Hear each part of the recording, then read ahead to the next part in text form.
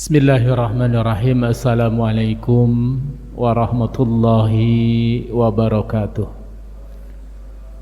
Alhamdulillahi rabbil alamin. Wabihi nasta'inu ala umurid dunya waddin. Asyhadu an la ilaha illallah wahdahu la syarikalah. Wa asyhadu anna Muhammadan abduhu wa rasuluh. Allahumma salli wa sallim wa barik ala nabiyyina Muhammadin wa ala alihi wa sahbihi ajma'in. Hadirin dan hadirat Bapak Ibu jamaah majelis kajian Al-Ghuraba Masjid As-Salam yang dirahmati Allah Subhanahu wa taala.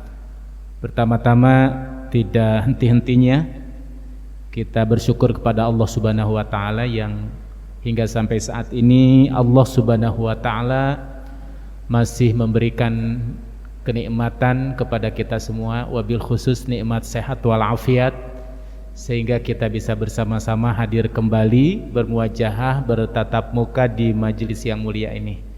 Salawat serta salam tak lupa mari kita haturkan kepada baginda Nabi besar Muhammad sallallahu alaihi wasallam, kepada keluarganya, sahabat-sahabatnya, tabi'in-tabi'innya, serta kepada seluruh pengikut ajarannya hingga akhir zaman nanti.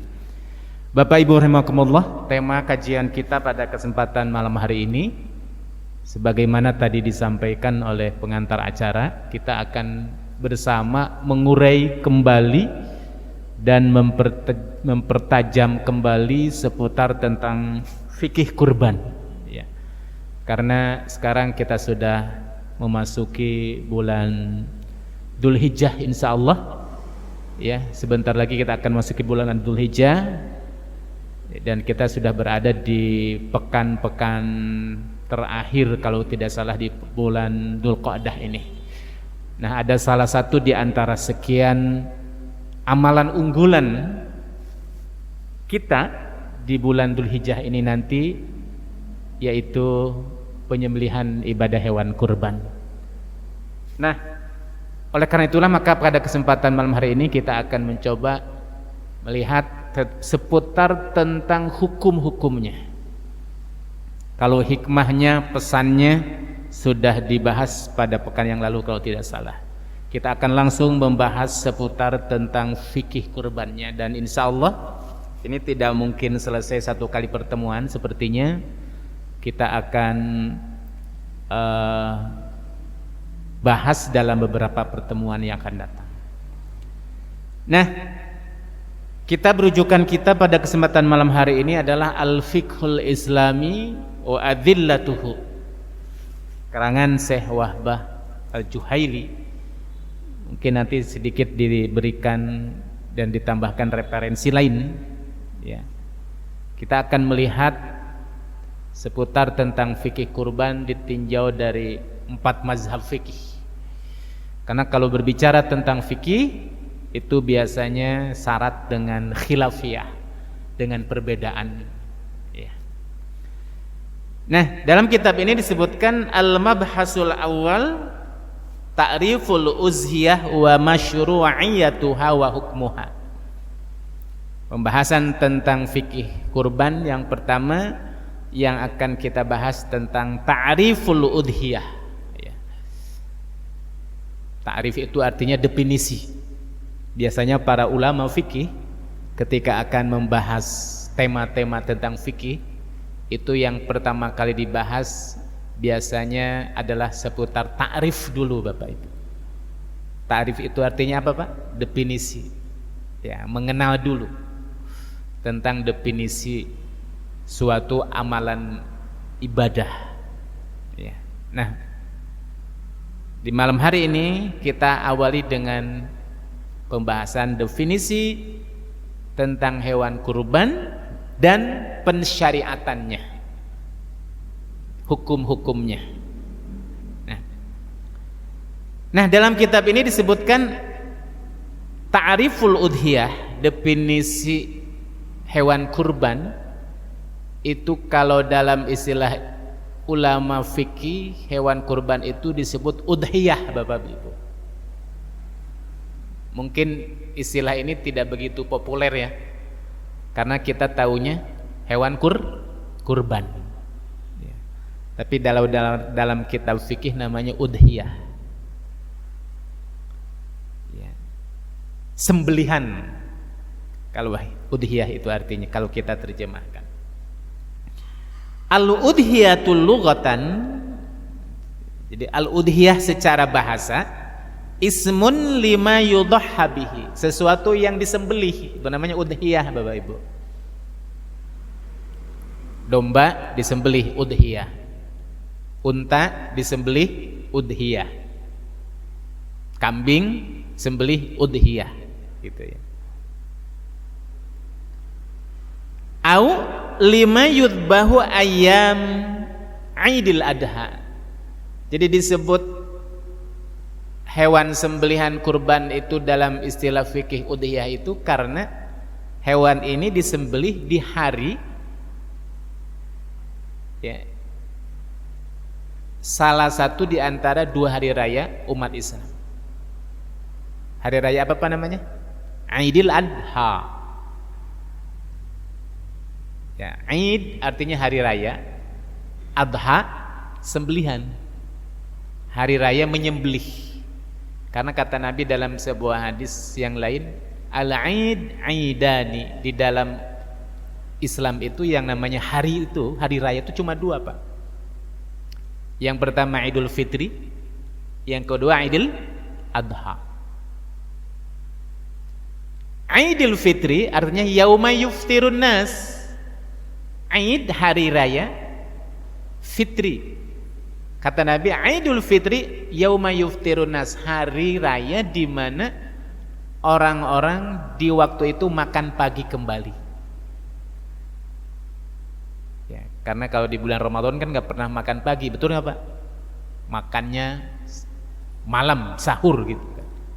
Tanggal 1 Syawal pulang sholat Idul Fitri langsung makan pagi, makan ketupat.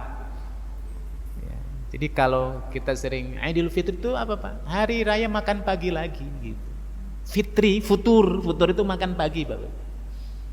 Nah, Idul Adha yauma yudhahin nas, hari di mana orang menyembelih gitu.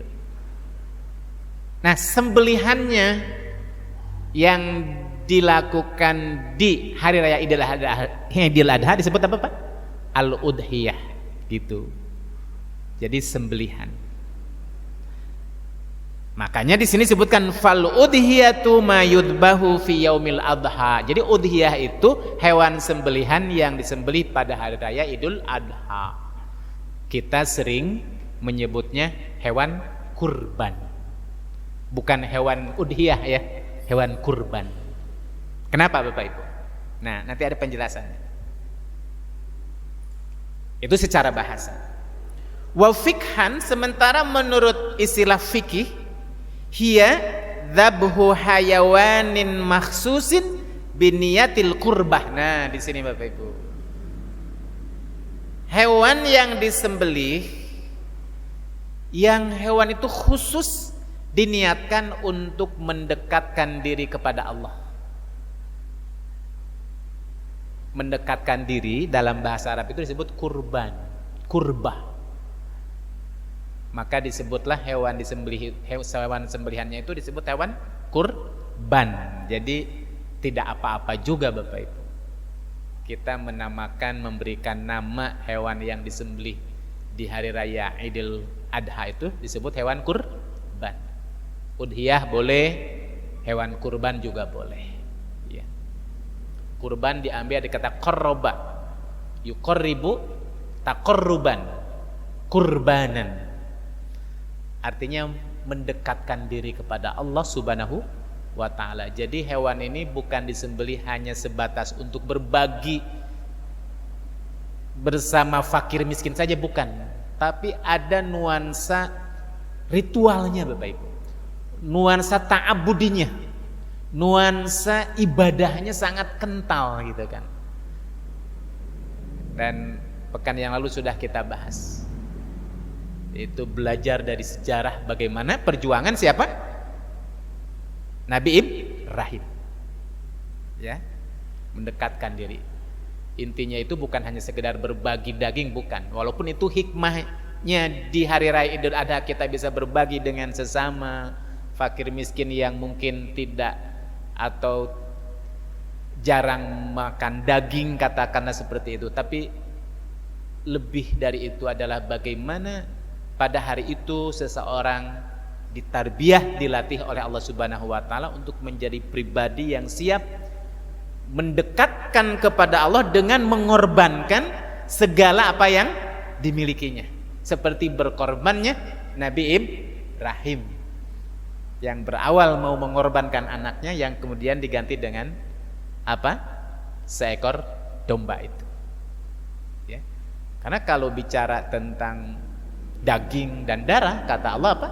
Lan yanalullaha luhumuha wala dima'uha. Yang sampai kepada Allah itu daging dan darah itu enggak sampai. Tapi apa? Walakin yanaluhu taqwa, tapi ketakwaannya itu. Seperti itu Bapak Ibu. Nah, jadi sekali lagi, dzabhu hayawanin makhsusin biniyatil qurbah, penyembelihan hewan yang secara khusus niatnya, tujuannya, motivasi utamanya apa? Al-qurbah, mendekatkan diri kepada Allah Subhanahu wa taala fi waqtin makhsusin, di waktu-waktu yang sangat dikhususkan. Enggak sembarangan waktunya. Enggak sembarangan waktunya. Cuma tanggal berapa Pak? 10, 11, 12, 13. Tanggal 10 juga ada batasan waktunya, mulainya kapan? Nanti akan kita bahas. Kalau menyembelihnya sebelum sholat Id, kata Nabi, itu bukan termasuk kurban, sedekah saja. Tapi barang siapa yang menyembelihnya setelah sholat Id ditunaikan, faqad tamman nusuk, sudah sempurnalah dia menunaikan manasik ibadah kurban. Jadi karena ini termasuk ibadah, yang namanya ibadah kan terikat dengan waktu, kesempatan, tempat, betul Bapak Ibu. Nah, ibadah kurban juga sama. Nanti akan dibahas. Atau hiya ma yudbahu minan na'ami, atau hewan yang disembelih, hewan ternak yang disembelih taqarruban ilallah, dalam rangka mendekatkan diri kepada Allah, fi ayamin nahar, pada hari nahar. Hari nahar itu tanggal 10 Dzul Hijjah. Pertanyaannya kemudian kapan disyariatkannya Bapak Ibu? Dalam kitab ini disebutkan waqad syuri'at fis sanati tsaniyah minal hijrah. Jadi hewan kurban, sembelihan hewan kurban itu disyariatkannya menjadi syariat bagi umat Nabi Muhammad SAW itu pada tahun kedua Hijriah Bapak Ibu. Kazakati, seperti bareng bersamaan di tahun kedua Hijriah itu dengan kewajiban zakat, wassolatul aidain, dan sholat Aid, termasuk puasa juga pada tahun kedua Hijriah, jihad pada tahun kedua Hijriah. Jadi 2 tahun Rasulullah hijrah di Madinah, ke Madinah, nah baru diturunkan syariat kurban. Walaupun Bapak Ibu, ibadah kurban sebagai sebuah ritual ini sebenarnya, sekali lagi, kurban ini kan salah satu ritual yang paling tua usianya, betul nggak Pak? Karena sebelum Nabi Ibrahim ya mencontohkan kepada kita yang kemudian menjadi syariat bagi umat Nabi Muhammad SAW, di dalam Al-Quran diingatkan dengan sejarah kisah kurban yang pertama kali dilakukan oleh umat manusia, yaitu kurbannya siapa Pak? Qabil dan Habil. Dalam surat Al-Maidah kalau gak salah ayat 27. A'udzubillahi minasyaitonirrajim. Watslu 'alaihim naba ibnai Adam bil haqq id qarraba qurbanan fatuqabbala min ahadihima wa lam yataqabbal minan akhar. Ya, watslu 'alaihim, bacakanlah kepada mereka kisah ya, yang benar-benar terjadi. Kisah tentang dua anak Adam alaihissalam, Qabil dan Habil. Ini kisahnya kan panjang Bapak Ibu. Ya, kisah tentang pembunuhan juga pertama kali dalam sejarah umat manusia, yaitu Qabil dan Habil.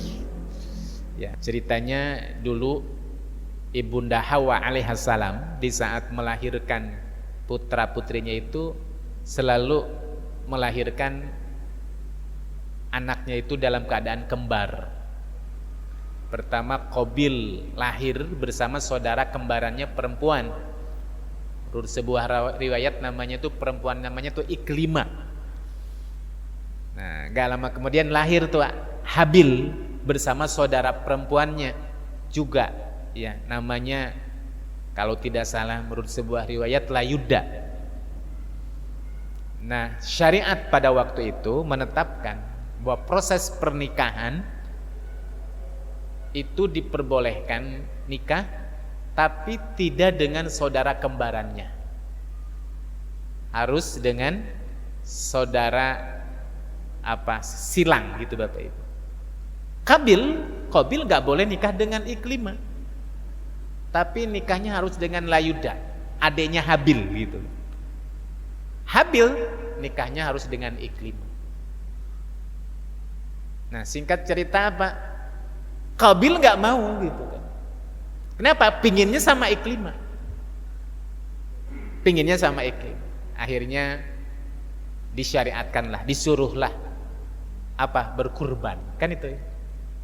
Kebetulan Qabil itu dia sebagai seorang petani katanya.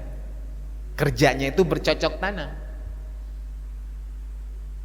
Habil peternak. Diminta untuk berkurban, mengorbankan sesuatu yang paling dianggap itu istimewa untuk menguji kan itu kan. Habil berkurban seekor kambing yang gemuk, bertanduk, pokoknya kambingnya istimewa. Qabil kurbannya apa? Hasil pertanian tanaman yang ala kadarnya. Singkat cerita apa? Siapa yang diterima kurbannya? Kurbannya Habil. Marah Qabil, ya, dibunuhlah siapa? Habil. Itu kisahnya panjang, ya. Kisahnya panjang, ya. Nah, itu sejarah kurban, gitu kan. Jadi jauh sebelum adanya syariat buat Nabi Muhammad SAW, dan itu baru disyariatkan oleh Allah pada tahun kedua Hijriah. Sebelumnya proses atau ritual berkurban sudah ada, ya, sudah lama. Bahkan zaman jahiliyah juga sama Bapak Ibu. Yang namanya menyembelih hewan, ya, itu sudah biasa dilakukan oleh masyarakat Arab jahiliyah. Cuma di masyarakat Arab jahiliyah dulu penyembelihan hewan itu dipersembahkan buat apa Pak? Berhala gitu kan Bapak Ibu. Karena menyembelih ini adalah warisan dari leluhur pendiri kota Mekah, yaitu Nabi Ibrahim alaihissalam. Itu Bapak Ibu. Wa subitat masyru'iyatuha bil kitabi was sunnah bil ijma'. Nah, disyariatkannya ibadah kurban itu satu Al-Quran dalilnya, yang kedua sunnah, yang ketiga ijma'. Jadi kalau sudah ada Quran, sunnah, ijma', ini sudah sangat kuat sekali gitu kan. Sudah tidak terbantahkan lagi. Apa dalil Al-Quran? Yaitu surat Al-Kautsar.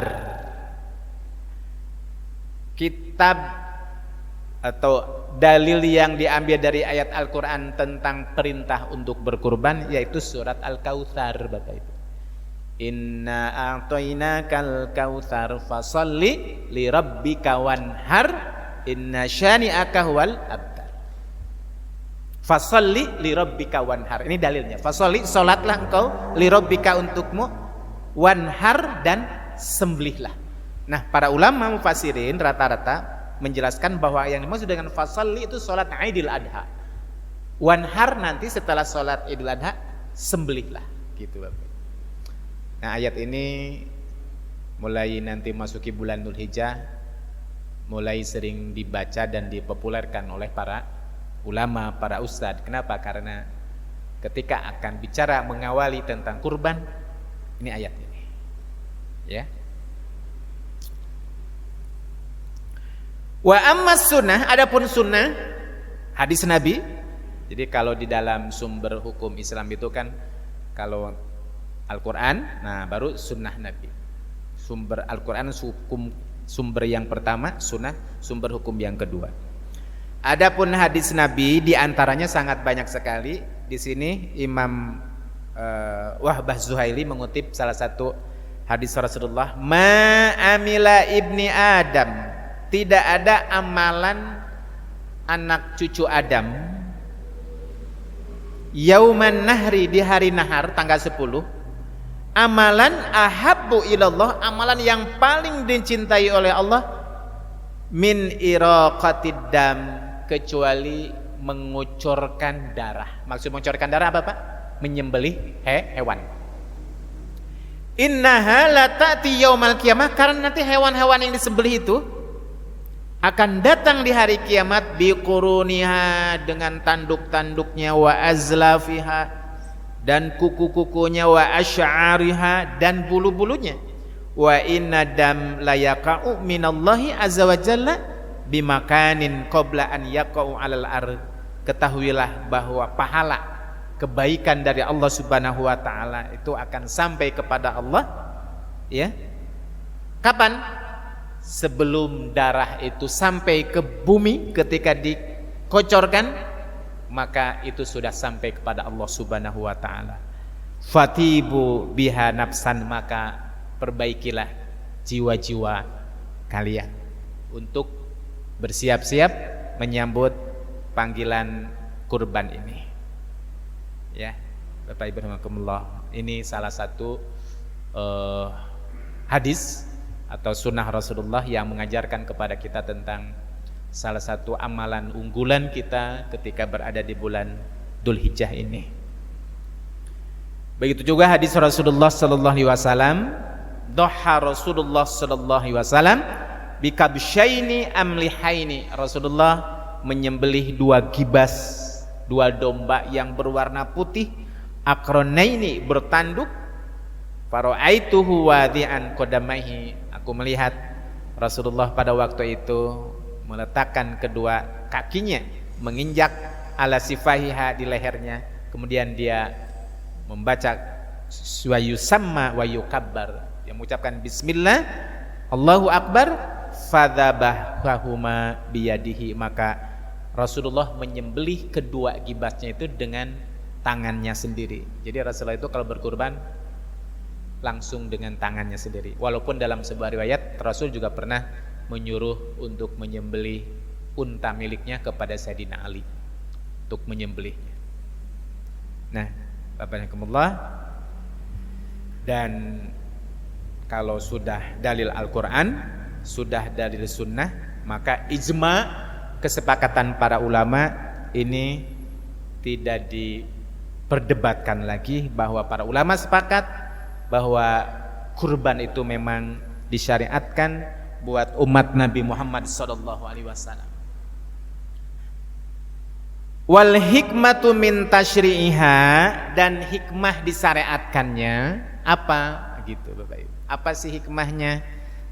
Yang pertama kata Dr. Wahbah Zuhaili, huwa syukurullahi ala ni'amihi al-muta'addidah, yaitu sebagai bentuk syukur kita terhadap Allah Subhanahu wa taala yang telah Allah memberikan kepada kita kenikmatan yang sangat banyak sekali. Kemarin sudah kita bahas, kita terlahir nggak punya apa-apa, betul Bapak Ibu? Akhirnya sekarang kita sudah punya rumah, sudah punya istri, sudah punya anak, sudah punya pekerjaan, sudah punya kendaraan, sudah punya. Banyak kenikmatan yang Allah berikan kepada kita semua. Nah, sebagai wujud syukur itu, Ya, sebagaimana Allah mengingatkan kepada Nabi, inna a'toinakal kautsar, wahai Nabi, sesungguhnya aku telah memberikan kepadamu kalimat apa? Kenikmatan yang sangat banyak, al-kautsar. Al-kautsar itu kata para ulama mufassirin maknanya satu adalah al-kautsar itu nama sebuah telaga nanti di yaumal kiamat yang dijanjikan oleh Allah buat Nabi dan buat umatnya, yang barang siapa nanti meminumnya dia tidak akan pernah merasakan kehausan selama-lamanya. Makna yang kedua al-kautsar itu adalah apa? Nikmat yang sangat banyak, al-kautsar. Ya. Nah, karena aku telah memberikan kepadamu nikmat yang banyak, fasalli li rabbika wanhar. Jadi kurban itu sesungguhnya sebagai wujud syukur kita kepada Allah. Betul nggak Pak? Kita diberikan nikmat sehat walafiat, kita diberikan oleh Allah Subhanahu wa taala rizki yang berlimpah. Allah cuma minta, kalau dalam mazhab jumhurul ulama atau Imam Syafi'i, seumur sekali saja. Nanti akan kita bahas secara hukumnya ya. Sekali saja seumur hidup untuk berkurban. Masa sih kalau untuk rokok saja sehari 20.000 kali 1 tahun berapa Pak? Misalkan itu. Bisa misalkan itu. Ini seumur hidup kurban sekali, misalkan seperti itu. Ya. Jadi sebagai bentuk syukur kepada Allah Subhanahu wa taala. Wa ala baqail insan min amin li amin. Nah, yang kedua apa? Sebagai wujud syukur karena kita masih bisa menikmati hidup dari tahun ke tahun. Kemarin tahun 1441 kita alhamdulillah masih bisa hidup, betul kan Pak? Diberikan kesempatan lagi untuk masuk tahun 1942. Ternyata Allah masih memberikan nikmat waktu, kesempatan untuk bisa hidup di dunia ini. Aku syukuri ya Rabb, dan dalam bentuk syukur itu adalah apa? Aku diberikan oleh Engkau rizki yang berlimpah. Aku keluarkan tahun ini sekian. Tahun berikutnya masih hidup juga, sehat lagi. Ya Allah, aku syukur. Kurban lagi. Tahun berikutnya terus, karena kalau dalam mazhab Hanafi nanti akan kita bahas bahwa itu wajib 1 tahun sekali, setiap tahun gitu Bapak. Ya. Nah, ini jadi syukur dan mereka mensyukuri ya. Bentuk terima kasih kita kepada Allah. Ya, walaupun sekali lagi Allah nggak butuh 3 juta, nggak butuh, betul kan Pak? Allah tuh nggak butuh darahnya, nggak butuh lan yanalullaha luhumuha wala dima'uha.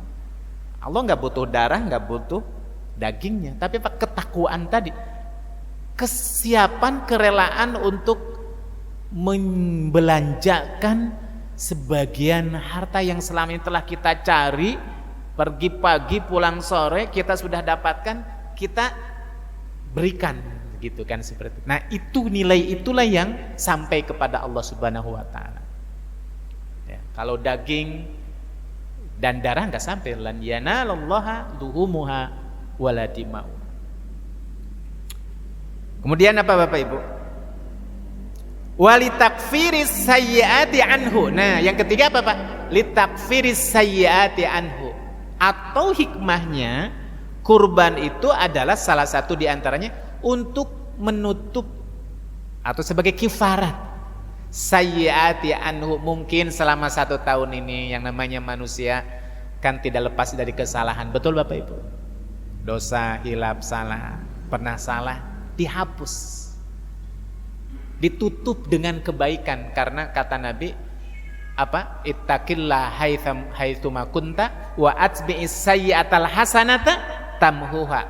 Bertakwalah kalian dimanapun kamu berada, kapanpun kamu harus bertakwa, tapi gak ada orangnya Bapak Ibu.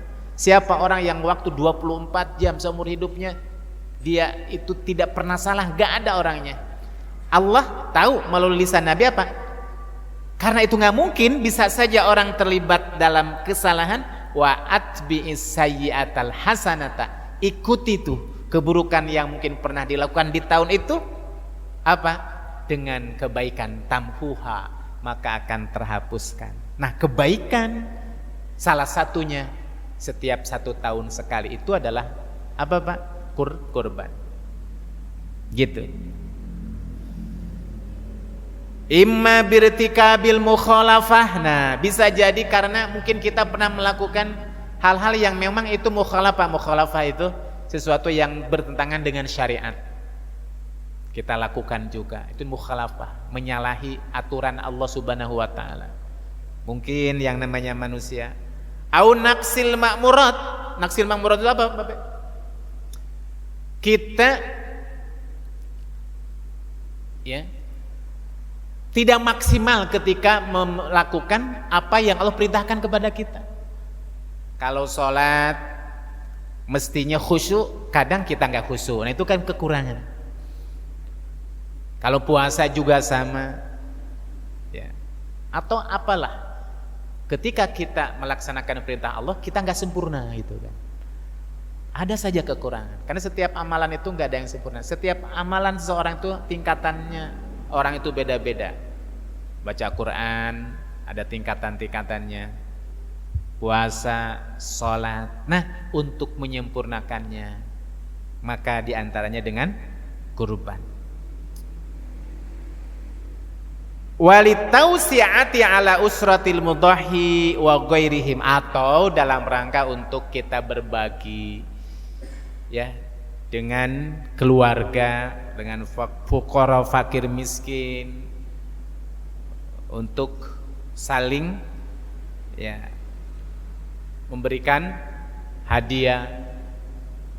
Karena nanti ada 3 hal yang diperbolehkan oleh seorang mudhahi dari hewan kurban: makan, ya dimakan sendiri sebagiannya, dihadiahkan, ya, atau kemudian diberikan kepada fakir miskin. Fala yujza fi hadabul qimah, maka karena ibadah kurban itu ibadah ritualnya sangat kental Bapak Ibu, dan itu tidak bisa diganti dengan uang. Jadi tidak bisa diganti. Misal maksudnya gini Bapak Ibu, sekarang saya nggak usah kurban lah, kurban 3 juta, saya mau membagikan uangnya saja 100.000, 100.000, 100.000 tanggal 10 bulan Dzulhijjah nanti. Sama nggak? Enggak, beda. Ya. Kalau zakat fitrah kan boleh diganti menurut mazhab Hanafi ya, bukan dengan beras, diganti dengan uang, nilainya gitu kan, dan diberikan kepada fakir miskin. Kalau kurban boleh enggak? Karena ada yang berpendapat, ngapain kita menyembelih domba, darah misalkan berceceran di mana-mana, sudah saja duit 3 juta senilai domba kita berikan, itu kurban. Enggak bisa, enggak sama. Kenapa? Karena kurban itu adalah ibadah ritual tadi, ta'abudiyah, ya, ta'abudi. Nilai ibadahnya sangat kental dan nggak bisa tergantikan dengan nilai uang itu sendiri, nggak bisa. Nah, di sini apa? Bi khilafi shadaqatul fitri, berbeda dengan zakat fitrah. Beda dengan zakat fitrah. Zakat fitrah yang penting ya fakir miskin mendapatkan manfaatnya. Kalau diberikan beras mungkin tidak bisa untuk beli baju, misalkan itu ya di lebaran itu. Tapi kalau diberikan uang, maka uang akan lebih banyak mendapatkan manfaatnya bagi fakir miskin. Maka yang diberikan bukan beras, uang. Itu bisa diterima ya dalam mazhab Hanafi. Nah, tapi kalau untuk kurban semua sepakat tidak bisa. Tidak bisa. Harus yang diberikan apa? Bukan uang tapi daging, gitu kan. Sembelihan hewan kurban itu. Wa nassal Imam Ahmad, bahkan Imam Ahmad mengatakan ala annal udhiyah afdalun minas shadaqati biqimatihi, bahwa pembagian hewan kurban, penyembelihan hewan kurban itu lebih utama daripada sedekah dengan bentuk uang tanggal 10 itu. Boleh nggak sedekah? Boleh saja sih. Tapi dia nggak kurban gitu aja masalahnya. Nggak mendapatkan pahala kurban. Seperti itu. Nah, Bapak Ibu, itu tentang definisinya. Pembahasan selanjutnya, pertanyaan kemudian, ma hukumul udhiyah? Apa sih hukum menyembelih hewan kurban itu? Ditinjau dari aspek hukum fikihnya. Nah, Bapak Ibu, para ulama berbeda pendapat seputar tentang hukum menyembelih hewan kurban. Wajib, sunnah, ya, sunnah muakkad atau apa? Dalam kitab ini disebutkan, faqala Abu Hanifah wa ashabuhu, Imam Abu Hanifah dan rekan-rekannya, pengikutnya, innaha wajibah marratan fi kulli amin. Jadi menurut mazhab Hanafi, kurban itu wajib satu kali setiap tahunnya, ya, alal mukimin, khususnya bagi orang yang mukim. Mukim itu apa, Pak? Orang asli tinggal di situ. Karena dalam mazhab Hanafi itu kalau orang yang sedang safar, bepergian, tidak berada di tempat di mana dia tinggal, itu hukumnya sunnah. Tapi bagi yang mukim dan dia mampu, ya Bapak Ibu, wajib. Dan wajibnya bukan satu kali seumur hidup, setiap 1 tahun sekali. Ketika di setiap 1 tahun itu dia mampu, tapi ketika mampu, bagi yang mampu, ya, itu menurut mazhab Hanafi, ya. Kemudian Bapak Ibu, wa qala ghairul Hanafiyah, dan selain mazhab Hanafi, Imam Syafi'i dan Maliki dan Hambali, berarti jumhur. Jadi kalau tadi mazhab Hanafi itu berarti bukan jumhur, ya, cuma karena satu orang, satu mazhab. Jadi pendapatnya minoritas. Tapi pendapat yang mayoritas, pendapat jumhur, mazhab Syafi'i, Maliki dan Hambali, innaha sunnah muakkad ghairu wajibah. Maka hukumnya adalah sunnah muakkad, tidak wajib. Bagi yang mampu juga. Tapi apa? Wa yukrahu tarkuha lil qadir 'alaiha. Nah, kalaupun misalkan ada orang yang mampu tapi kemudian dia tidak meninggalkannya, tidak mengapa. Cuma apa? Makruh.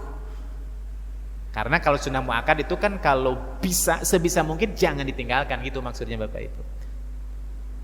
Tapi kalaupun tidak dilakukan, konsekuensinya tidak berdosa. Beda kalau wajib. Kalau wajib itu kalau ditinggalkan kan dia berdosa. Nah, kalau mazhab Hanafi, kata Imam Hanafi, berdosa itu Bapak Ibu. Kalau bagi orang yang mampu di tahun itu atau di setiap tahun, pada dia mampu untuk menyembelih hewan kurban tapi dia tinggalkan, berdosa. Itu menurut mazhab Hanafi, ya, seperti itu. Wa dalilul Hanafiyah. Nah, kita akan bicara tentang masalah dalil, Bapak Ibu. Kok kenapa para ulama berbeda pendapat? Apa sih dalil yang digunakan oleh Imam Hanafi bahwa kurban itu bagi yang mampu wajib 1 tahun sekali, ya? Yaitu sebuah pernyataan Rasulullah SAW, mengutip sebuah hadis Rasulullah SAW. Apa, Pak? Man wajada sa'atan, barang siapa seseorang yang memiliki kelapangan, falam yudahi, tapi dia tidak menyembelih, fala yuqribanna musallana, maka jangan sekali-kali mendekati musola kami. Musola di sini bukan musola langgar, Pak, ya, atau bangunan. Musola itu lapangan untuk sholat Id, itu namanya musola. Kalau musola menurut kita langgar gitu, ya, masjid kecil itu kan, bukan masjid jami.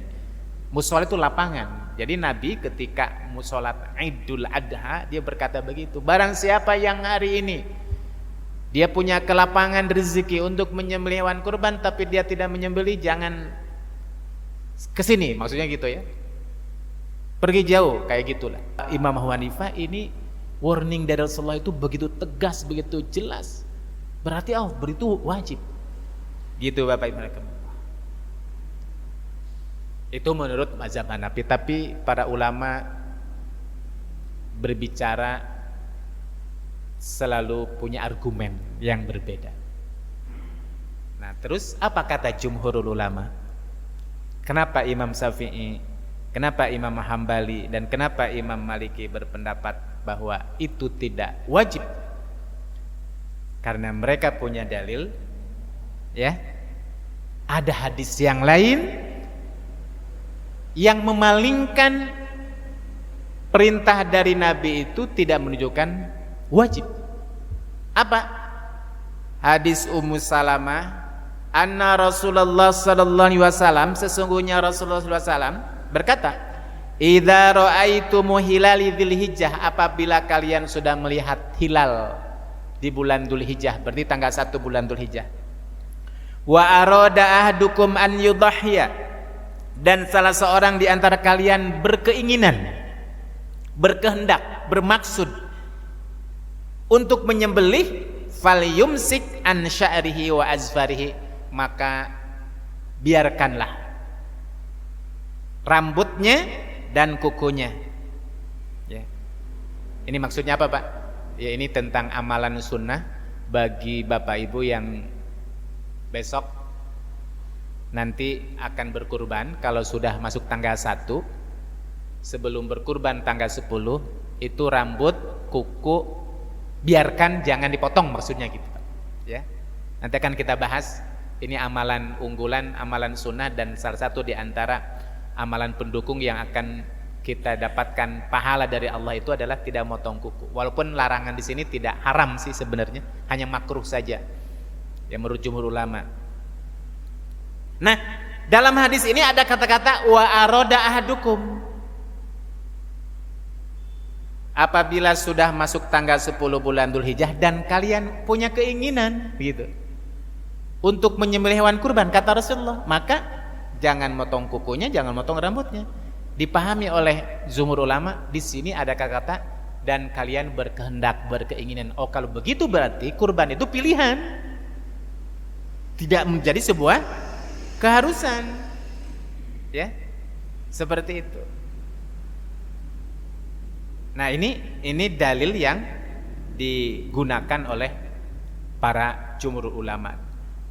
Hadis yang lain dari Ibnu Abbas, Rasul berkata, salathuhunna alayya faraid wa hunna lakum atatawwu. Nah, ini lebih jelas lagi Bapak Ibu. Ada 3 hal yang menurut aku, bagiku 3 ini wajib, tapi menurut kalian sunnah. Jadi ada amalan-amalan menurut kita itu sunnah, tapi Rasulullah menganggapnya itu adalah bukan sebuah sunnah. Bagi Rasul itu sebuah keharusan, dan bagi Rasul pantang untuk meninggalkannya. Apa, Pak? Kata Rasulullah, 1, al-witru, witir. Witir kan sunnah hukumnya, Pak, ya? Karena yang fardu kan cuma 5 waktu, sholat 5 waktu. Yang kedua apa? An-naharu wassolatul duha. Jadi bagi Nabi, sholat duha itu menurut riwayat ini itu fardu, ya. Dan nahar apa?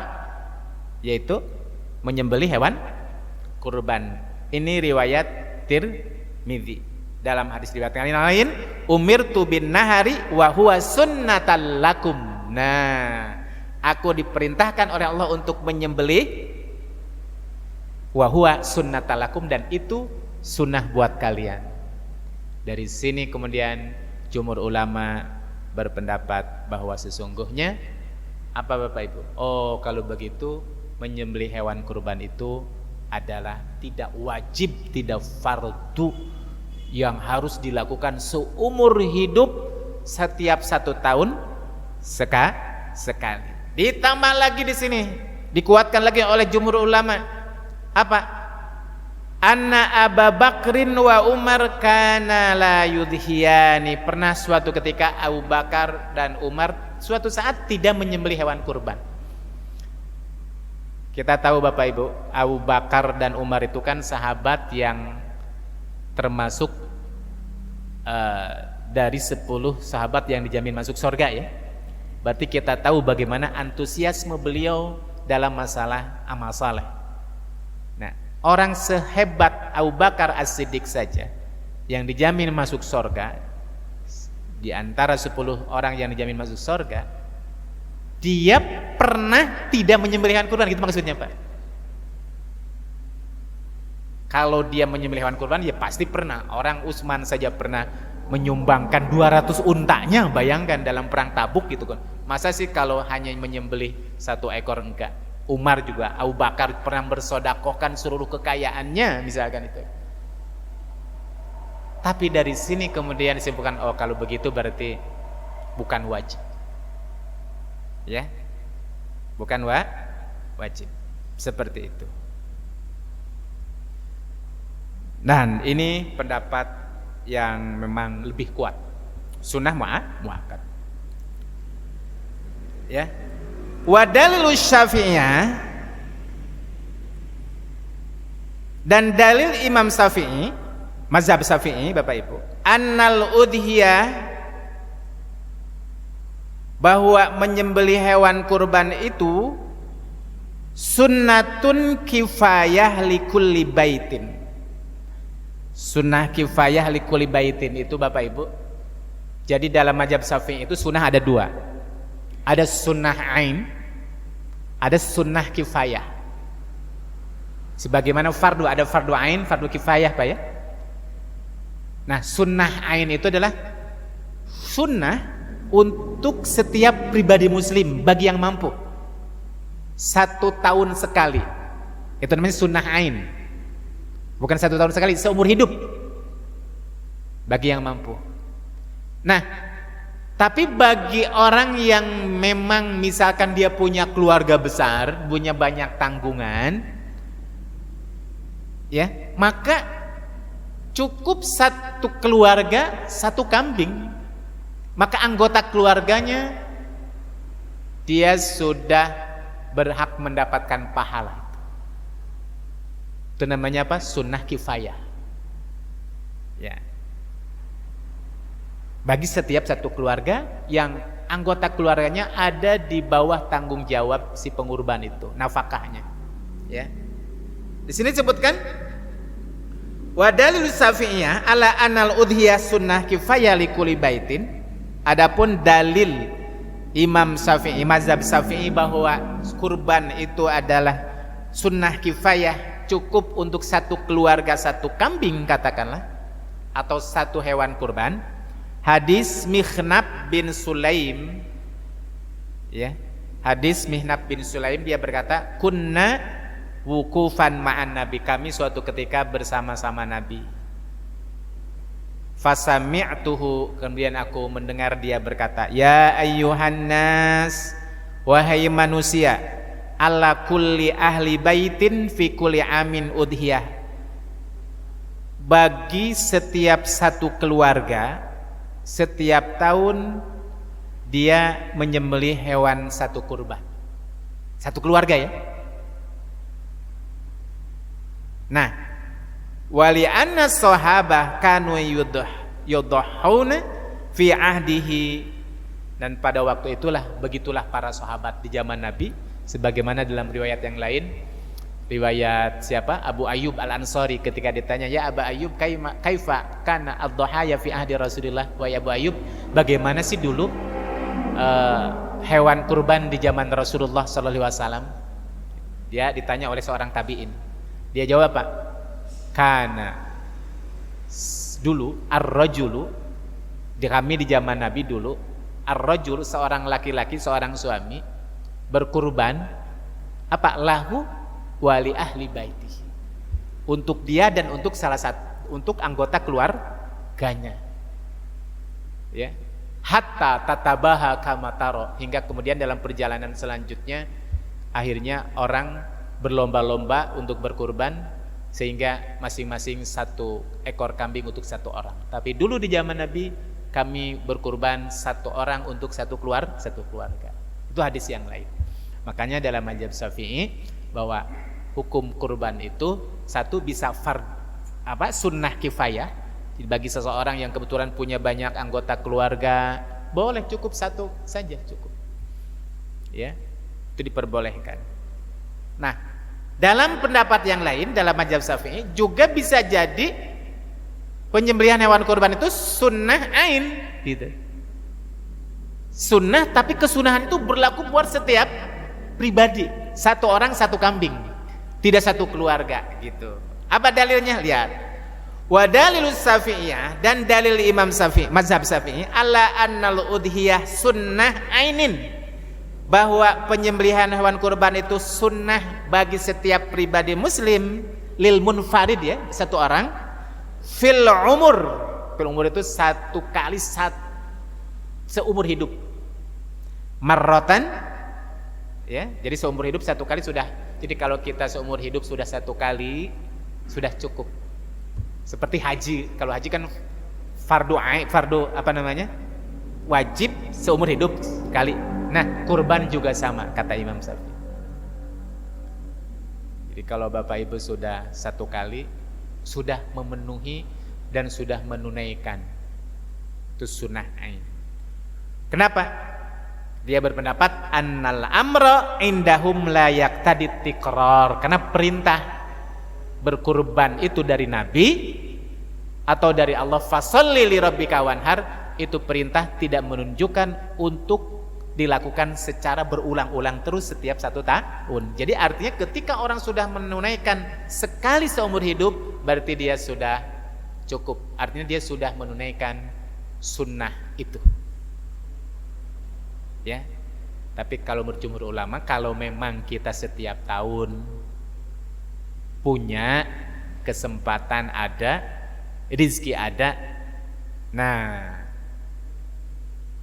laksanakan saja, kan gitu ya. Karena ini apa? Ini namanya sunnah muakkad. Nah, ini terkait dengan apa, Pak? Terkait dengan hukumnya ya, secara fikih. Pertanyaannya kemudian, ini yang sering banyak ditanyakan Bapak Ibu, terus bagaimana Pak Ustadz hukum tentang kurban untuk yang meninggal dunia? Saya kemarin ditanya, sering, walaupun ini pertanyaan selalu berulang-ulang, setiap tahun pasti ada gitu kan. Karena bisa jadi ada yang ragu, Pak Ustadz boleh nggak sih saya berkurban untuk almarhum? Bapak Ibu rahimakumullah, dalam kitab fikih memang para ulama berbeda pendapat. Ada yang bolehkan, ada yang tidak bolehkan, ada yang bolehkan dengan catatan. Saya akan bacakan ya bagaimana pernyataan Dr. Wabah Zuhaili dalam kitab ini. Al-udhiyatu anil ghair, hewan kurban untuk orang lain. Qala Syafi'iyah, berkata dalam mazhab Syafi'i, ini mazhab Syafi'i Pak ya, la yudhi indal ghair bi ghairi idnih, tidak boleh menyembelih hewan kurban untuk orang lain kecuali atas izinnya. Itu udah pasti lah gitu kan. Bapak Ibu mau beli hewan kurban diperuntukkan buat orang lain, ya harus izin yang punya, gitu kan. Itu yang pertama ya. Wala an mayyit, dan tidak juga boleh berkurban untuk yang meninggal dunia, illam yusabiha, jika yang mati sebelumnya itu tidak berwasiat. Paham Pak ya?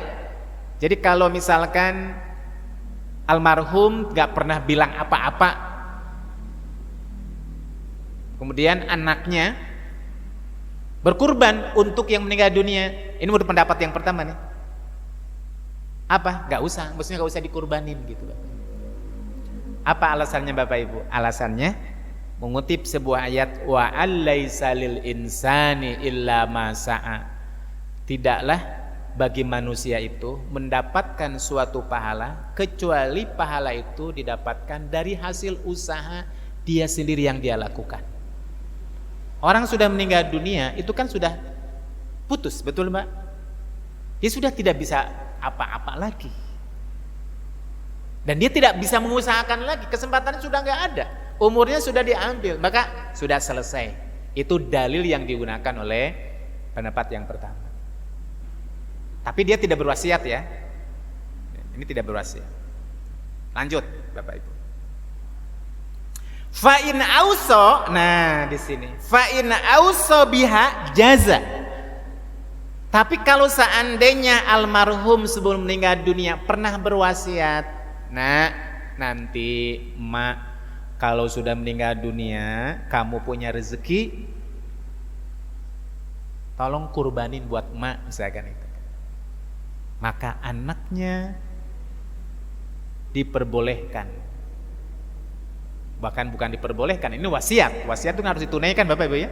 Dan anaknya mampu misalkan, atau misalkan kebetulan almarhum itu meninggalkan sejumlah harta, dia pernah berwasiat nanti tuh uang emak di tabungan, kalau emak meninggal dunia, nanti kalau emak meninggal dunia itu belikan kurban, kan misalkan itu kan, itu sudah jelas. Katakanlah sekarang uang nggak ada, karena memang ketika orang tua kita masih hidup belum punya kesempatan, rezeki belum ada. Ini ceritanya katakanlah anaknya sudah sukses, ya kan? Ingin bersodakoh buat orang tuanya gitu Bapak Ibu. Nah, kalau mungkin kita pernah mendengar ibu kita, orang tua kita pernah punya keinginan tapi belum tertunaikan, maka Pak boleh, silahkan. Itu menurut pendapat para ulama. Wa bi isaihi taqaulahu, maka dengan wasiatnya itu maka dia akan mendapatkan pahala kurbannya itu.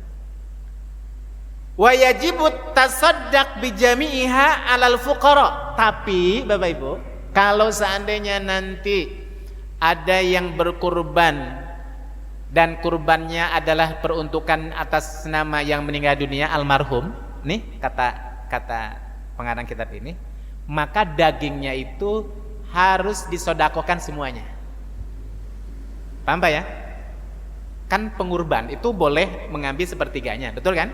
Kulu kata Nabi, makan, wa at'imu, berikan kepada yang lain, wadakhiru, atau boleh juga diawetkan, jangan dimakan semuanya. Itu bagi orang yang pengurban dan yang pengurban masih hidup ya, orang hidup. Ini masalahnya yang kurban kan meninggal dunia. Maka kalau kurban itu atas nama almarhum, udah dagingnya berikan semuanya. Ya. Wa yajibu tasaddaqu bi jami'iha 'alal fuqara. Wa laisa li mudhahiha wa la li ghairihi minal agniya al aqlu minha. Nah, jadi yang mengurbankannya enggak boleh makan. Kenapa? Atas nama almarhum. Kan sekarang itu kambing bukan milik dia. Kan sudah diberikan dia, betul kan? Kepemilikannya sudah dialihkan dan dia sudah meninggal dunia malahnya, kecuali minta izin dulu sama yang meninggal dunia, gimana caranya kan gitu kan ya, seperti itu ya. Wa qala al-Malikiyah, itu kata Syafi'iyah tadi Pak ya, mazhab Syafi'i. Wa karaha fi'luha an mayyit in lam yakun ayyanaha qabla mautih. Kalau dalam pendapat mazhab Maliki itu makruh saja hukumnya seandainya almarhum sebelum meninggal dunia itu tidak menginginkannya. Ya. Jadi enggak usah maksudnya gitu, Pak. Fa in ayyanaha bi ghairi nazrin. Tapi kalau seandainya dulu almarhum itu ketika masih hidup itu dia meniatkan, menginginkan, pernah berangan-angan, walaupun pada waktu hidup itu tidak mampu. Tapi bukan nazar. Kalau nazar sudah jelas ya kan, wajib. Ini dia pernah, kapan ya bisa kurban, misalkan itu kan. Emak seperti orang-orang katanya pahala orang kurban itu adalah, maka akan sampai kepada Allah sebelum darahnya itu mengalir turun ke bumi ini. Tapi sekarang emak cuma tinggal pingin saja, kan misalkan itu kan. Kita ingat tuh ya, dulu ketika hidup orang tua kita ngomong gitu. Sekarang kita sudah sukses dan kita sudah kurban. Kita sudah kurban, mungkin kurban berkali-kali. Pingin sepertinya sekarang kurban tahun ini saya sodakohkan, peruntukan pahalanya buat orang tua. Maka apa? Boleh.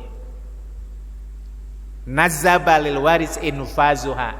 Nazab itu apa? Sunnah hukumnya bagi ahli waris untuk menunaikannya. Salah satu di antara bentuk silaturahim kita atau cinta kita kepada orang tua kita yang sudah meninggal dunia, kan kata Nabi salah satu di antaranya apa? Menunaikan keinginan orang tua kita yang dulu belum pernah sempat dia lakukan dan kita mampu. Itu menurut mazhab Maliki. Wa qala al-Hanafiyah wal Hanabilah, dan berkata mazhab Hanafi dan mazhab Hambali apa? Tuzbahul udhiyah an mayyit, diperbolehkan kita menyembelih hewan kurban bagi orang yang meninggal dunia. Wa yuf'alu biha ka'an hayyin minat tasaddaq wal akli, bahkan apa? Diperbolehkan juga bagi yang berkurban anaknya untuk apa? Seperti dia berkurban untuk orang yang hidup juga. Artinya apa? Boleh mengambil makannya, dagingnya, boleh mengambil sepertiganya, hak pengurban. Ya, itu diperbolehkan dalam mazhab Hanafi, dalam mazhab Hambali. Gak ada perbedaannya. Lakin, hanya saja. Jadi kalau menurut mazhab Hambali boleh Pak ya? Nah, yang tidak boleh itu lakin yuhramu indal Hanafiyah al-aqlu anil udhiyah allati dhahabiha anil mayyit bi amrih. Nah, kecuali menurut mazhab Hanafi tidak diperbolehkan. Jadi mazhab Hanafi dan mazhab Hambali sepakat boleh berkurban untuk orang yang meninggal dunia walaupun ketika hidup tidak berwasiat sama sekali, enggak. Ya kalau tadi kan mazhab Syafi'i itu syaratnya harus ada wasiat, betul kan Pak ya? Kalau dalam mazhab Hambali sama Hanafi itu enggak perlu. Ketika orang tua kita enggak pernah berwasiat dan enggak pernah menyatakan ingin kurban, ini sebagai inisiatif saja anaknya. Kita sudah kurban berkali-kali, saya ingin bersodakoh ya kan, untuk orang tua yang sudah meninggal dunia, tapi bentuknya apa? Kurban. Boleh, silahkan. Tapi, menurut yang khusus mazhab Hanafi, dagingnya udah serahkan ke fakir miskin semua. Tapi kalau mazhab Hambali sama saja, boleh juga mengambil haknya. Apa dalilnya Bapak Ibu? Dalil yang digunakan itu adalah satu, bolehnya orang yang hidup berkurban buat orang meninggal dunia. Salah satunya para ulama berdalil ketika Rasulullah sallallahu alaihi wasallam menyembelih hewan kurban miliknya kabsyaini amlihaini, ketika menyembelih dua gibas yang berwarna putih itu, dia berkata apa? Bismillahi Allahumma taqabbal min Muhammad wa min ali Muhammad wa min ummati Muhammad. Jadi Rasulullah berdoa, ya Allah terimalah hewan kurban ini dari Nabi Muhammad ya kan, dari keluarganya dan dari umat Nabi Muhammad. Lah umat Nabi Muhammad kan ada yang meninggal dunia, ada yang mati, ada yang sudah hidup. Nah Nabi saja berkurban peruntukannya dia untuk umat Nabi yang hidup dan yang mati kan itu kan. Berarti apa? Pahala yang diperuntukkan buat yang meninggal dunia sampai. Itu hadis yang pertama dalilnya Bapak Ibu. Karena suka ada orang nanya mana dalilnya kan. Kalau kita nyari dalil tekstual bahwa Nabi misalkan kurban untuk almarhum misalkan itu kan, saya belum mendapatkan. Tapi dari doa tadi disimpulkan oleh para ulama, oh berarti peruntukan buat yang sudah meninggal dunia sampai. Yang kedua Bapak Ibu, amalan-amalan lain, khususnya amalan-amalan yang ada kaitannya dengan amalan finansial, sedekah, maka sampai kepada almarhum. Contoh Bapak Ibu, haji itu bahkan amalan badannya, amalan fisik dan amalan finansial. Peruntukan buat orang yang sudah meninggal dunia kan boleh ya Bapak Ibu. Belum lagi sedekah. Dalam riwayat yang lain, dalam hadis riwayat Muslim, ada seorang wanita datang kepada Rasulullah SAW. Ya Rasulullah, wahai Rasulullah, inna ummi qad tuwfiyat. Aku punya seorang ibuku sudah meninggal dunia. Apa atasaddaqu? Boleh gak aku bersedekah untuknya? Sampai gak sih pahalanya untuk almarhum yang sudah meninggal dunia? Kata Rasulullah, kalau ibumu punya hutang, belum dibayar. Hutang belum dibayar, itu kan nanti akan menggantung, betul kan? Kira-kira orang yang sudah meninggal dunia bisa bayar hutang enggak? Enggak kan? Kalau anaknya membayar hutang buat orang tuanya, lunas enggak? Lunas kan itu kan? Nah demikian juga kamu bersedekah. Artinya perempuan itu pulang, kemudian dia bawa sejenis mihrab itu jubah baju gitu kan. Dia berkata, ya Rasulullah, ini ushiduka ya Rasulullah, aku bersumpah, persaksikanlah aku di hadapanmu seatas sedekah aku akan bersedekah dengan mihrab ini, dengan baju ini, dengan jubah ini, dan pahalanya peruntukan buat ibuku. Nah, jadi kalau sedekah saja pahalanya sampai kepada almarhum yang sudah meninggal dunia, ya, kemudian membayar hutang saja lunas. Hutangnya hutang orang tua kita, uangnya uang kita, lunas sampai gitu kan. Maka berarti apa? Pahala sedekah kurban diperuntukkan buat almarhum juga sampai. Makanya jumhur ulama, mayoritas para ulama sampai. Gitu Bapak. Jadi silahkan. Cuma bedanya tadi Bapak Ibu, kalau menurut mazhab Hanafi, bahwa kalau itu peruntukannya buat almarhum, apa Pak? Dagingnya semuanya serahkan. Nah ini terkait dengan apa Pak? Berkurban untuk almarhum, untuk yang sudah meninggal dunia. Walaupun ada yang berpendapat tidak sampai, orang sudah meninggal dunia kan sudah putus, yaitu monggo lah gitu ya. Ini namanya khilafiyah, perbedaan para ulama dalam masalah fikih ini memang sangat luas seperti itu. Nah Bapak Ibu rahimakumullah, ini sementara pembahasan kurban kita di malam hari ini. Kita baru membahas definisi hewan kurban, kemudian yang kedua hukum ya penyembelih hewan kurban itu sendiri secara fikih, yang ketiga hukum berkurban untuk orang yang sudah meninggal dunia. Ya, masih banyak pembahasan kita, insya Allah akan kita lalui lebih dalam lagi, dan mudah-mudahan ini memberikan sebuah pencerahan dan sekaligus menajamkan kembali, karena sekali lagi fikih kurban ini sudah sering kita dengar juga dari kalangan para ulama, dari para kiai ya. Demikian Bapak Ibu rahimakumullah kajian kita di malam hari ini, mudah-mudahan bermanfaat. Insyaallah kita bertemu lagi di kesempatan yang akan datang ya. Yang benar dari Allah dan Rasulnya, yang salah dari kehilapan saya pribadi. Wallahul muwaffiq ila aqwamit thoriq. Wassalamualaikum warahmatullahi wabarakatuh.